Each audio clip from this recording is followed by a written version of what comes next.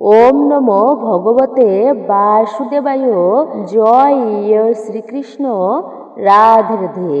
28শে August শুক্রবার দিন পালিত হচ্ছে পবিত্র চন্দ্রগ্রহণ এবং পূর্ণিমার বিশেষ তিথি। এই বছর চন্দ্রগ্রহণ পালিত হচ্ছে ভয়ঙ্করভাবে এবং এই চন্দ্রগ্রহণের সময় কখন কিভাবে পালন করবেন চন্দ্রগ্রহণ, এই সময় আপনি কি করবেন কি করবেন না। পবিত্র রাখি পূর্ণিমা ঝুলন পূর্ণিমা হচ্ছে এই 28শে আগস্ট শুক্রবার দিন। বছরের দ্বাদশ পূর্ণিমার মধ্যে একটা শ্রেষ্ঠ পূর্ণিমা হচ্ছে রাখি পূর্ণিমা। কিন্তু এই শুভতম দিন এবং পবিত্র দিনে ভুলেও খাবেন না এই তিনটি খাবার। রাখি পূর্ণিমা এবং চন্দ্রগ্রহণের বিশেষ দিনে খুবই শুভ এই দিনটা। এই পূর্ণিমার দিনে ভাই বোনের হাতে রাখি পরিয়ে এবং এর ফলে ভাই বোনের সম্পর্ক দৃঢ় হয় পূর্ণিমা তিথিতে রাখি পরানোর মাধ্যমে। পাশাপাশি এই পূর্ণিমাকে আবার সৌভাগ্য পূর্ণিমা বলা হয়েছে, কেননা এই পূর্ণিমা তিথিতে যদি কোনো ব্যক্তি বা কোনো মায়েরা ভক্তি শ্রদ্ধার সহিত লক্ষ্মী নারায়ণের পূজা অর্চনা করতে পারে, তাদের সংসারে চিরকালের জন্য দারিদ্রতা দূরীভূত হয়। এবং সবচেয়ে গুরুত্বপূর্ণ কেন এই পূর্ণিমা তিথিকে বলা হয়েছে, কেননা এই দিনে ভগবান শ্রীকৃষ্ণের অবতার বলরাম তিনি আবির্ভূত হয়েছিলেন। সেজন্য মূলত সকল পূর্ণিমার মধ্যে একটি শ্রেষ্ঠ পূর্ণিমা হচ্ছে এই রাখি পূর্ণিমার তিথি বা ঝুলন পূর্ণিমা বা বলরাম পূর্ণিমা। আজকের এই ভিডিওটির মাধ্যমে আমরা প্রত্যেকে জানার চেষ্টা করব এই শুভতম দিনে যে কার্যগুলো ভুলেও করা উচিত নয়। প্রত্যেকে আজকের এই গুরুত্বপূর্ণ তথ্যগুলো সবার জানা একান্তই প্রয়োজন। রায় কিশোরী দীপা তথা সনাতন ধর্মীয় তথ্যমূলক চ্যানেলে আপনারা অবশ্যই এই চ্যানেলে অনেক কিছুই জানতে পারবেন। এই রকমভাবেই সনাতন ধর্মের গুরুত্বপূর্ণ বিষয়গুলি, সনাতন ধর্মের গুরুত্বপূর্ণ তথ্যগুলোকে আপনাদের সাথে উপস্থাপন করতে, শেয়ার করতে আসুন কিছু সময় ধৈর্য ধরে একসঙ্গে সকলে আমরা শ্রবণ করি আজকের এই ভিডিওর গুরুত্বপূর্ণ তথ্যসমূহ কি রয়েছে। আশা করছি এই তথ্যগুলো আপনাকে অবশ্যই সমৃদ্ধ করবে। ভালো লেগে থাকলে অবশ্যই ভিডিওতে একটি লাইক করবেন এবং কমেন্টে আপনার ইষ্ট দেবতার নাম অথবা বলরাম দেবের নামটি একবার হলেও অবশ্যই লিখে জানাতে ভুলবেন না। চ্যানেলটি অবশ্যই সাবস্ক্রাইব করুন, পাশে থাকার নোটিফিকেশন বেল আইকনটি অল করে দিন। সাধারণ একটা মাস হয় মূলত 30 দিনে, কিন্তু যদিও বলা হয় একটা মাসের শ্রেষ্ঠ দিন কোনটি, সেটি হচ্ছে পূর্ণিমার দিন, পূর্ণিমা তিথি। এই পূর্ণিমার তিথির অনেক কার্য রয়েছে। মুনি ঋষিরা পর্যন্ত পূর্ণিমাকে কাজে লাগাতেন। এমনকি সনাতন শাস্ত্রের একটি তন্ত্রশাস্ত্র একটা গুরুত্বপূর্ণ শাস্ত্র, যার মাধ্যমে অনেক কার্য করা যায়। আমরা জানি সেই অনেক তন্ত্রশক্তি প্রয়োগ করা হয় এই পূর্ণিমার দিনে। এবং সবথেকে গুরুত্বপূর্ণ বিষয় হচ্ছে সংসারে যারা দারিদ্রতা দূরীভূত করতে চান, মানে সংসারে যদি অভাব অনটন থাকে, সেই ক্ষেত্রে বলবো আপনারা বিশেষ করে মায়েদেরকে প্রতিটা পূর্ণিমায় অত ভালোভাবে না হলেও চেষ্টা করবেন সংক্ষেপে হলেও মা লক্ষ্মীর এবং নারায়ণের পূজা অর্চনা করতে। সবথেকে গুরুত্বপূর্ণ বিষয় হচ্ছে এই যে রাখি পূর্ণিমা। এই দিনে তো অনেকেই আছে ভক্তি ভরে দিনটি অতিবাহিত করেন, যেহেতু এই দিনে চন্দ্রগ্রহণ। ভাই বোনের হাতে রাখি পরানো হয় এই বিশেষ দিনে। দ্বিতীয়ত হচ্ছে যে এটিকে সৌভাগ্য পূর্ণিমা বলা হয়, যদিও এটি ভাদ্র মাসে পড়েছে এইবার, কারণ মলমাস বা পুরুষোত্তম মাস পড়েছিল। এই কারণেই এই পূর্ণিমা, তথাপিও এই পূর্ণিমাকে শ্রাবণী পূর্ণিমা বলা হয়। এবং বৈষ্ণব জগতের কাছে বা বৈষ্ণবদের কাছে সবথেকে প্রিয় একটি দিন হচ্ছে এই পূর্ণিমা তিথি, সবথেকে বড় পূর্ণিমা। এই দিনে ভগবান শ্রী বলরাম শ্রীকৃষ্ণের একজন হচ্ছে সেবক আর একজন হচ্ছে সেব্য। বলরাম পঞ্চরসেই কিন্তু ভগবানের সেবা করে। যারা আপনারা ভগবানের সেবা করেন এদের জন্য বলা হয়েছে যে একটা সুন্দর তথ্য, ভগবানের সাথে একটা সম্বন্ধ স্থাপন করতে হয়। এই সম্বন্ধ অনেক প্রকারের হয়, তবে মুখ্য 5 প্রকার সম্বন্ধ রয়েছে। যেমন কেউ বিশেষ করে দাসত্ব ভাব গ্রহণ করে রসে ভগবানের সেবা করে। হনুমান যেমন ভগবানের সেবা করেছিল, প্রভু আমি তোমার ভৃত্য, তোমার দাস, যখনই আদেশ করবে আমি সেবা রূপে পালন করব। এটাই দাস্য রসে সেবা করা। হনুমান যেমন রামচন্দ্রের সেবা করেছিলেন। দ্বিতীয় একটা সেবা রয়েছে, সেটা শান্ত রসে, একবার স্থির থেকে ভগবানের সেবা করে। যেমন বৃন্দাবনের যত বৃক্ষাদি তরুলতা এরা স্থির থেকে ব্রজধামের সেবা করেছেন, ছায়া প্রদান করেন ব্রজবাসীদের, এটাও একটা সেবা।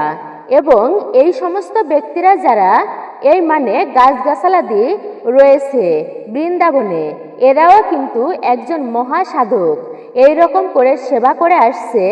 এটা 2 ধরনের সেবা। এক ধরনের সেবা যে ভগবানের বন্ধু জ্ঞানে সেবা করা ভগবানকে, আর এক ধরনের সেবা সখ্য সেবা। যেমন ভগবানের অনেক বন্ধু ছিল, শ্রীদাম, সুদাম, বসুদাম। তো এইভাবে করে ভগবানকে বন্ধু জ্ঞানে যারা সেবা করে, এটাও এক ধরনের সম্পর্ক। আর এক ধরনের সম্বন্ধ যে ভগবান আমার সন্তান, সন্তান জ্ঞানে তিনি বিশ্ব ব্রহ্মাণ্ডের মালিক হওয়া সত্ত্বেও মা যশোদার কথা অমান্য করতেন না, তার সাধ্য অনুযায়ী সেই আদেশ পালন করতেন। ভগবান হওয়া সত্ত্বেও কারোর সামর্থ্য আছে কি যে তাকে আদেশ দিতে পারে? কিন্তু মা যশোদা তা করতেন, ভগবানকে আদেশ করতেন। তারা আদেশের মাধ্যমে ভগবানের সেবা করেন, ভগবানকে শাসন করেন। এটা বাৎসল্য জ্ঞানের সেবা। তো বলরাম কখনো কখনো এই বাৎসল্য তার ছোট ভাইকে কৃষ্ণকে শাসন করতেন এমন রূপে।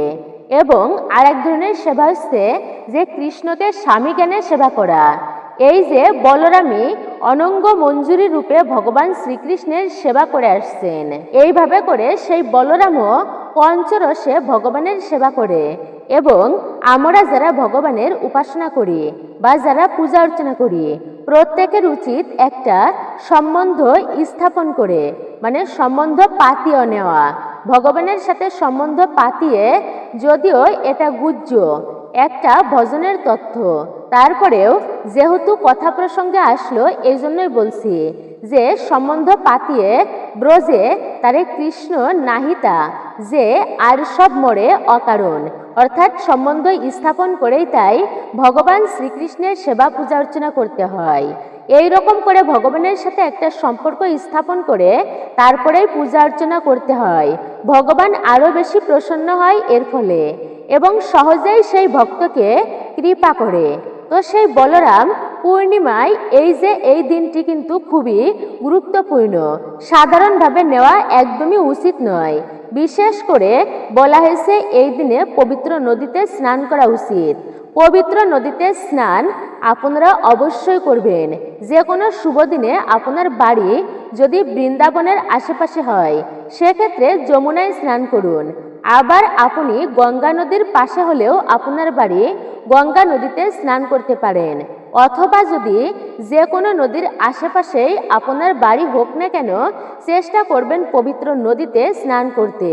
তা না হলেও যেখানে আপনি স্নান করবেন 3 বার গঙ্গা গঙ্গা গঙ্গা এই নামটি উচ্চারণ করে স্নান করলেও এতেও গঙ্গা স্নানের সমান ফল লাভ করা যায়। শাস্ত্রে এমনটা বলা হয়েছে যে একটা বিষয় এই দিনে অবশ্যই আপনি চেষ্টা করবেন উপবাস করতে। শ্রীকৃষ্ণের জন্মাষ্টমী ব্রত এই মাসেই পালিত হচ্ছে। শ্রীকৃষ্ণের জন্মাষ্টমী ব্রত যেরকম রাত্রি 12টা পর্যন্ত উপবাস থাকতে হয় এই ব্রতের দিনে, যেরকম গুরুত্ব দেওয়া হয়েছে ঠিক তেমনই গুরুত্ব দেওয়া হয়েছে ভগবান শ্রী বলরামের পূর্ণিমার বিশেষ তিথিকে। এই দিনে কি অনেক উপবাস করতে হয়? রাত্রি 12টা পর্যন্ত যদি না হয় এই দিনের উপবাস, বলরাম পূর্ণিমার যে দুপুর 12টা পর্যন্ত, আপনি সকাল থেকে আগের দিনে রাত্রি 11টার আগে নিরামিষ খাবার গ্রহণ করবেন আগের দিনে সম্ভব হলে। এবং পরের দিনে মানে পূর্ণিমার দিনে, বিশেষ করে এই বিশেষ পূর্ণিমার দিনে দুপুর 12টার আগে পর্যন্ত কোনোভাবেই পঞ্চ রবিশস্যর খাবার একদমই মুখে তুলবেন না। এইভাবে আপনি এই দিনে ব্রত করে একেবারেই না খেয়ে আপনি ভগবানের পূজা অর্চনা করবেন। 12টার সময় সম্ভব হলে অবশ্যই অভিষেক করতে পারেন। এরপরে আপনি ভগবানের প্রসাদ দিয়ে সেই ব্রত ভঙ্গ করবেন। এর মাধ্যমে নিঃসন্দেহে বলরাম ভগবানের কৃপা লাভ করা যায়। যার জীবনে বলরামের কৃপা হয়, বলরাম প্রভুর, তার জীবনে কোনো শত্রু থাকে না, শত্রু ভয় নাশ হয়। বলরাম প্রভু এমনিতেই রাগী, ভগবানের অবতার, তবে ভয় পাবার কিছু নেই। ভগবানকে কখনো ভয় পেতে নেই, ভক্তির সহিত তার পূজা অর্চনা করতে হয়। তো সেই জন্য অবশ্যই এই দিনে উপবাস করবেন, অন্তত পক্ষে দুপুর 12টা পর্যন্ত। দ্বিতীয় একটা বিষয় হচ্ছে অবশ্যই যথাসাধ্যভাবে দান করুন। দেখুন, দানের কিন্তু অনেক মহিমা রয়েছে শাস্ত্রে। এই যে রাখি পূর্ণিমায় দ্রৌপদী একবার ভগবান শ্রীকৃষ্ণ একবার শিশুপালকে বধ করতে গিয়ে কনিষ্ঠ আঙুলে তিনি সুদর্শন চক্রকে আহ্বান করেছেন। তখন কৃষ্ণের আঙুল কেটে গিয়েছে। দ্রৌপদী তখন একটুকু বস্ত্রের আঁচল ছিঁড়ে সেই কৃষ্ণের রাখির মতো করে কৃষ্ণের কনিষ্ঠ আঙুলে বেঁধে দিয়েছিল। সেই যে দান করেছিল, প্রতিদান স্বরূপ যখন দ্রৌপদীর বস্ত্র হরণ হচ্ছিল, শ্রীকৃষ্ণ এত কাপড় দিয়েছে, দুঃশাসন টেনে টেনে তা শেষ করতে পারেনি। এই জন্য যার যার যেরকম সামর্থ্য সেই রকম অনুসারে দান করুন, বিশেষ করে সাধুদের। ভগবানের মন্দিরে এই দানের ফল কখনোই কিন্তু বৃথা যায় না। যদি আপনি মন্দিরে কিছু দান করেন, অনেকেই মনে করতে পারে, আরে আমার তো সেই রকম কোনো সামর্থ্য নেই দান করার। তবে যেরকম সামর্থ্য রয়েছে আপনি সেরকম ভাবেই করুন। 1 গিলাস জল হলেও, অথবা আপনি কিছু নেই আপনার ঘরে, সামর্থ্য নেই একদমই, তাহলে 1 গিলাস জল ভগবানের উদ্দেশ্যে নিবেদন করে তারপরেই তাকে দিন। আপনি মন্দিরে নিজের শারীরিক পরিশ্রম দিয়ে সেবা করুন। এর মধ্যে দান কি অনেক প্রকার হয়। কাউকে একটুকু সাহায্য করা, একটা বৃদ্ধ লক্ষ্মী অন্ধ ব্যক্তিকে পথ পার করা, কাউকে একটুকুনি সেবা করা, কাউকে একটু সাহায্য করা। কেউ হচ্ছে অর্থকড়ি দিয়েও সেবা করে, আবার কেউ গায়ে খেটে পরিশ্রম করে সেবা করে। তো মূলত আপনারা যার যেমন সামর্থ্য রয়েছে তেমনই আপনি সেবা অবশ্যই করুন, সাহায্য করুন। ভগবানের বিশেষ কৃপা লাভ করতে পারবেন। শুভ দিনে দান করার অনেক গুরুত্বপূর্ণ মহিমা ও তাৎপর্য রয়েছে। এই দিনে আপনারা অবশ্যই চেষ্টা করবেন ভালো কিছু দান করতে।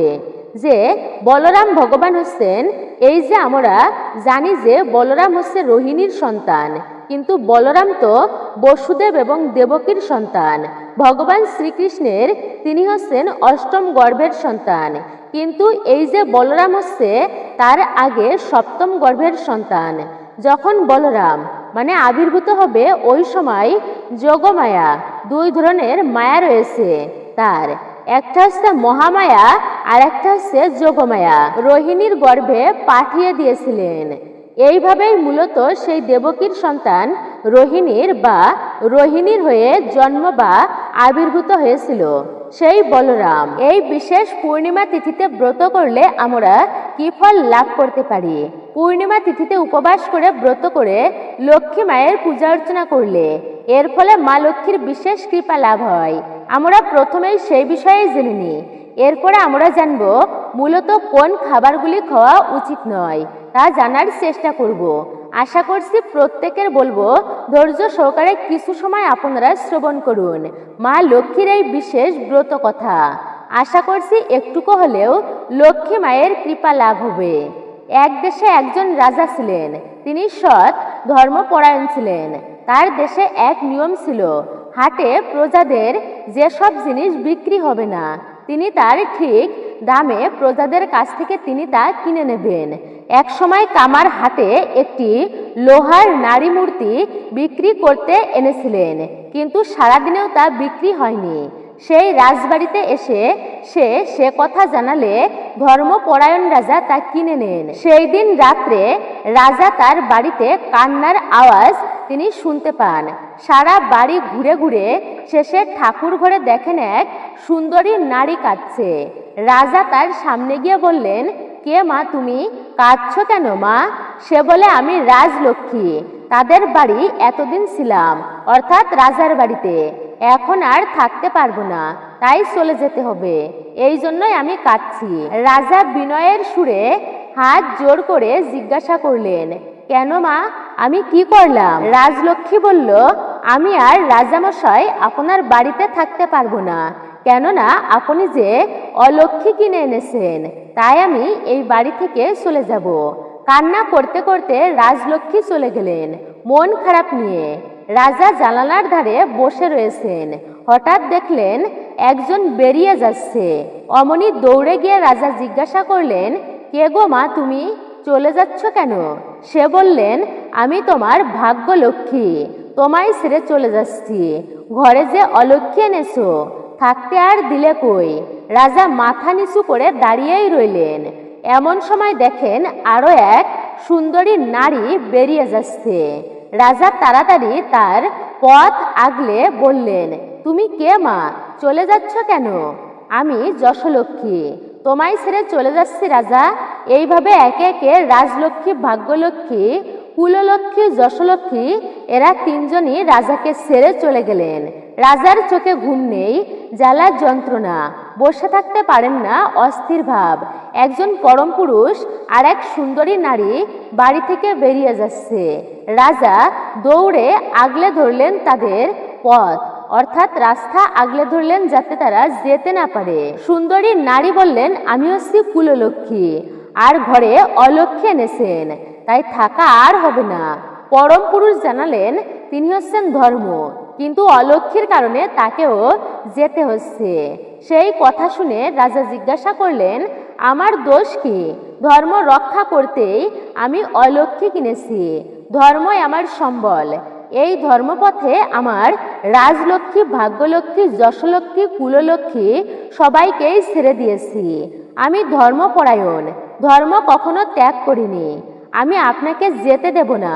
ধর্ম দেখলেন রাজার কথাই ঠিক, কিন্তু রয়ে গেলেন।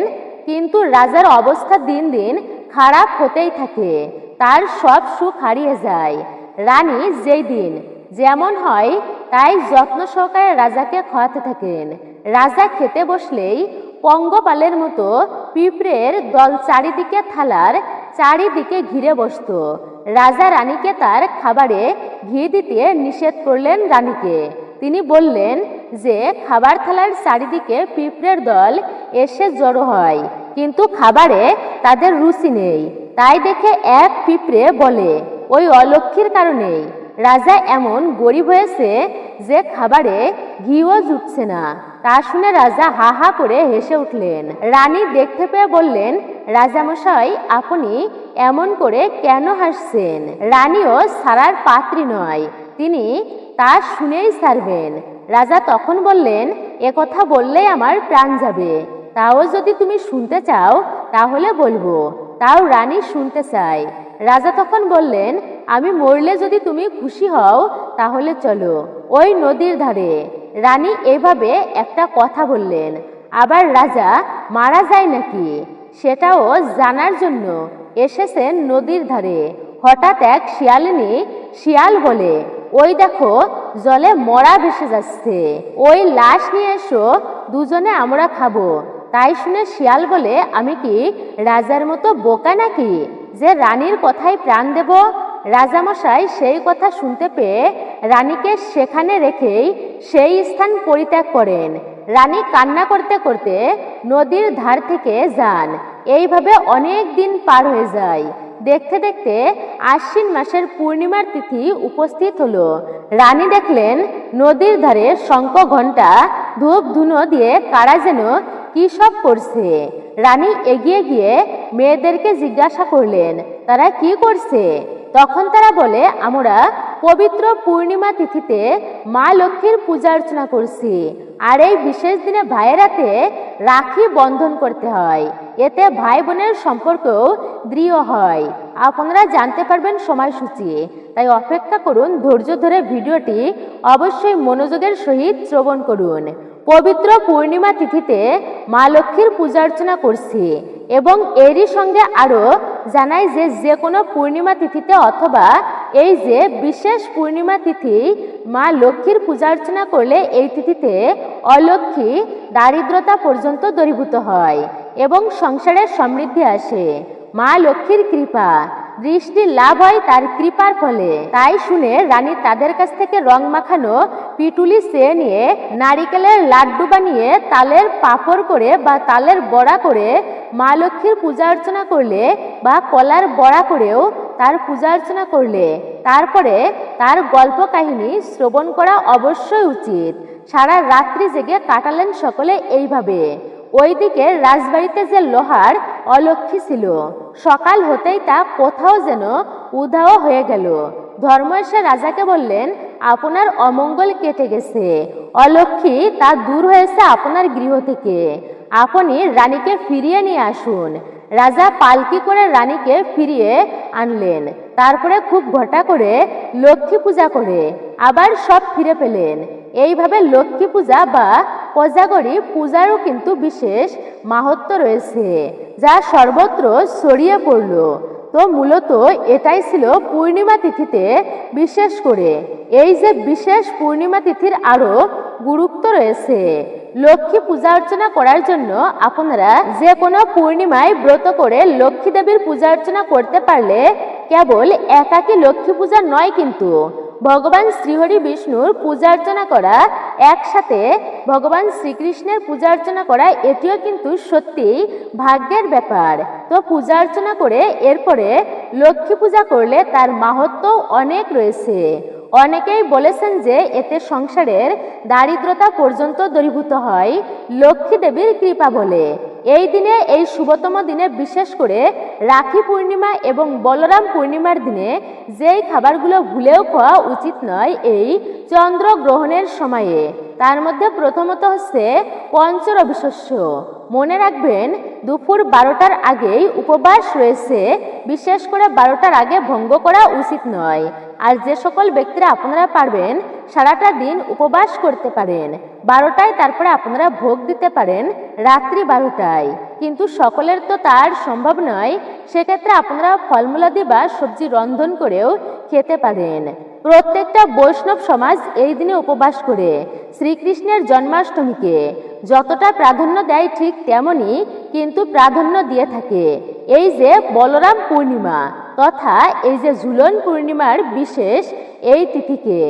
এই দিনে 12টার আগে কখনোই ভাত খাওয়া উচিত নয়। তারপরে আটা রুটি, তারপরে বিস্কিট, কেকও খাওয়া উচিত নয়। পঞ্চরবিশস্য হলেও এই দিনে অর্থাৎ এই দিন রাত্রি 12টার আগে গ্রহণ করা একদমই উচিত নয়। দ্বিতীয়ত একটা বিষয় হচ্ছে, এটি যেহেতু রাখি পূর্ণিমার দিন, কখনো কোনো বোনকে কষ্ট দেবেন না। মনে রাখবেন, ভাই বোনের সম্পর্ক কিন্তু অত্যন্তই পবিত্র সম্পর্ক। জগতের দ্বিতীয় নেই এমন সম্পর্ক, খুবই পবিত্র এবং শুভ সম্পর্ক। ভাই বোনকে কখনো কষ্ট দেওয়া উচিত নয়, বোন ও ভাইকে কষ্ট দেওয়া উচিত নয়। সেটা যে কোনো দিনেই হোক না কেন, কখনোই এমন কার্য করা উচিত নয়। বিশেষ করে এই পবিত্র রাখি পূর্ণিমা এবং চন্দ্রগ্রহণের দিনে আপনারা এই দিনটি ভক্তিভরেই পালন করুন। মেয়েদেরকে নিন্দা করে অনেকে আছেন, রাস্তা দিয়ে হাঁটার সময় ছেলেরা কুদৃষ্টি দিয়ে থাকেন, মাতাজিদের দিকে বা মায়েদের দিকে তাকায় সেই নজর নিয়ে। তো এটা করা কিন্তু উচিত নয়। আপনারা অবশ্যই মনে রাখবেন, এই বিশেষ দিনে বৃক্ষ আদি কাটা একদমই উচিত নয়। পশু পাখিদের অবশ্যই খাদ্য দেওয়া উচিত। যে কোনো মায়েদেরকে, হ্যাঁ, মায়ের সমান জ্ঞান করা অবশ্যই উচিত প্রত্যেকের, কিন্তু শুধুমাত্র নিজের স্ত্রীকে বাদে সকলকে মায়ের সমতুল্য। বিশেষ করে যে কোনো বোনদের কখনোই উৎপাত করা উচিত নয়। তো এই বিষয়, এই শুভ দিনে কোনো বোনকে কখনোই কষ্ট দেওয়া উচিত নয়। দ্বিতীয়ত হচ্ছে, অবশ্যই মন্দিরে গিয়ে প্রণাম করবে, যা আমরা জেনেছি যে খাবারগুলো বিশেষ করে খাবেন না এইবার তা জানবো। তার মধ্যে আরেকটা খাবার হচ্ছে, অসৎ ব্যক্তির বাড়িতে কখনো কোনো শুভ দিনে অন্ন গ্রহণ করবেন না।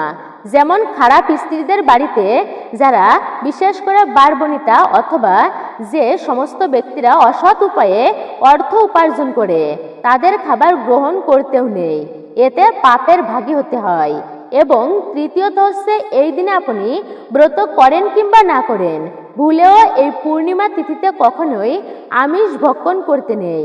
চেষ্টা করবেন আপনি একটুকু খিচুড়ি প্রসাদ তা ভোগ দিয়ে ভগবানকে আবার আপনি নাড়ু তৈরি করেও ভোগ দিতে পারেন। সেই ভোগ আপনি মা লক্ষ্মীকে অর্পণ করবেন। ভগবানকে দেওয়ার পরে সেই প্রসাদ সকলের মাঝে বিতরণ করতে পারেন। এর মাধ্যমেও মা লক্ষ্মীর ভগবানের বিশেষ কৃপা লাভ হয়, প্রসাদ গ্রহণের মাধ্যমেও। আশা করছি আজকের এই গুরুত্বপূর্ণ বিষয়গুলি জেনে কিন্তু আপনারা নিশ্চয়ই সমৃদ্ধ হচ্ছেন। তা আপনারা অবশ্যই এই চন্দ্রগ্রহণের দিনটা ভক্তিময়ভাবে পালন করুন। আপনারা এইবার জানুন এই গ্রহণের সময় কখন রয়েছে। শুক্রবার পালিত হবে। এই দিনে রয়েছে চন্দ্রগ্রহণ।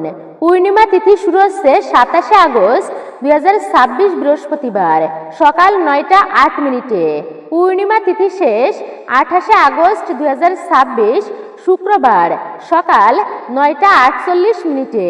রাখি বাঁধার শুভ সময় 28 আগস্ট সকাল 5টা 39 মিনিট থেকে সকাল 10টা। বিশেষ করে আপনারা 10টার মধ্যেও কিন্তু আপনারা যে সময়ের তারতম্য রয়েছে অনেকের, কিন্তু ভারতে এক ধরনের সময়, বাংলাদেশেও আর এক ধরনের সময়, 30 মিনিটের ব্যবধান।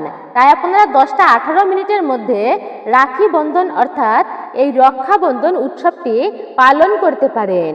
আর যেহেতু এই দিনেই চন্দ্রগ্রহণ রয়েছে, তাই আপনারা জানুন এই চন্দ্রগ্রহণের বিশেষ সময়সূচি কখন রয়েছে।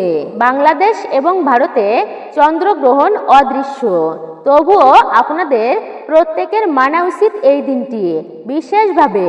গ্রহণের সময় কোনো ধারালো বস্তু অবশ্যই মনে রাখবেন, তা কিন্তু আপনারা ব্যবহার করবেন না। এবং খাবারে অবশ্যই তুলসী পত্র দিয়ে রাখবেন। গ্রহণের সময় কোনো প্রকার খাবার আপনারা ভুলেও মুখে তুলবেন না। গ্রহণ শেষে ঠাকুরের আসন পরিষ্কার পরিচ্ছন্ন করে পূজা অর্চনা করতে পারলে তা খুবই শুভ। গ্রহণ শেষে স্নান করা প্রত্যেকের উচিত। আর বিশেষ করে গ্রহণের মধ্যে খাবার খাওয়া একদমই উচিত নয়, তা আপনারা অবশ্যই মেনেই চলবেন।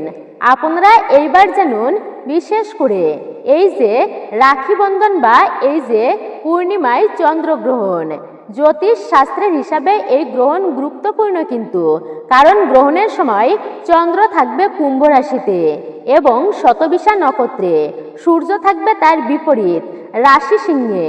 তবে একটি বিষয় শুরুতেই পরিষ্কার করা জরুরি, এই চন্দ্রগ্রহণ ভারত থেকে দেখা যাবে না, বাংলাদেশ থেকেও দেখা যাবে না।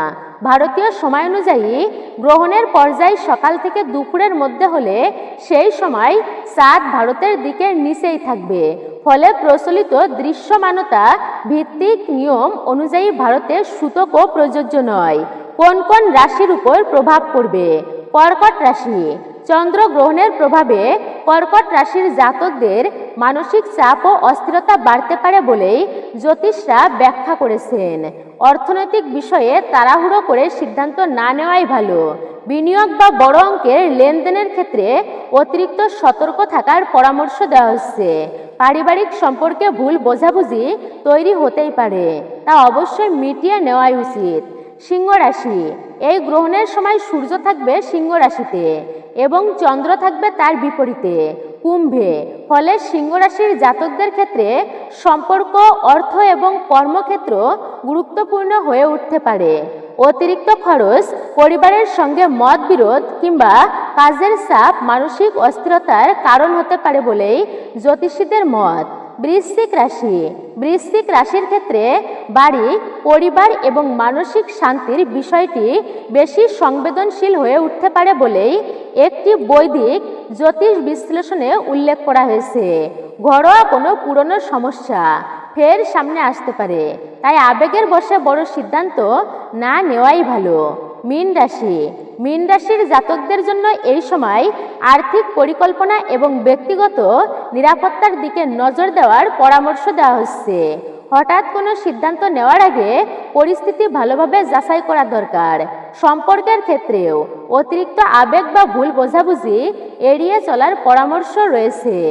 কুম্ভ রাশি, এই গ্রহণের সবচেয়ে সরাসরি জ্যোতিষীয় প্রভাব কুম্ভ রাশির উপর পড়েছে বলেই ধরা হয়, কারণ গ্রহণের সময় চন্দ্র কুম্ভ রাশিতে অবস্থান করবে। ফলে আত্মবিশ্বাস, মানসিক অবস্থা, ব্যক্তিগত সম্পর্ক এবং ভবিষ্যৎ পরিকল্পনা নিয়ে অস্থিরতা দেখা দিতে পারে বলেই জ্যোতিষীয় ব্যাখ্যা। হঠাৎ করে কোনো বড় সিদ্ধান্ত না নেওয়াই উচিত। এইগুলো জ্যোতিষ শাস্ত্রের বিশ্বাস ও ব্যাখ্যা, বৈজ্ঞানিকভাবে প্রমাণিত ভবিষ্যৎবাণী নয়। জন্মে চন্দ্রদোষ, লগ্ন, দশা এবং গ্রহণের নির্দিষ্ট অবস্থান বিবেচনা করা প্রয়োজন। আর সবচেয়ে গুরুত্বপূর্ণ বিষয় হচ্ছে 28শে আগস্ট শুক্রবার দিন চন্দ্রগ্রহণ ভারত আর বাংলাদেশে অদৃশ্য। তাই সূতকও তেমনি গুরুত্বপূর্ণ নয় বা প্রযোজ্য নহে। রাখি বাঁধার ক্ষেত্রে গ্রহণের কারণে কোনো নিষেধাজ্ঞা তৈরি হচ্ছে না।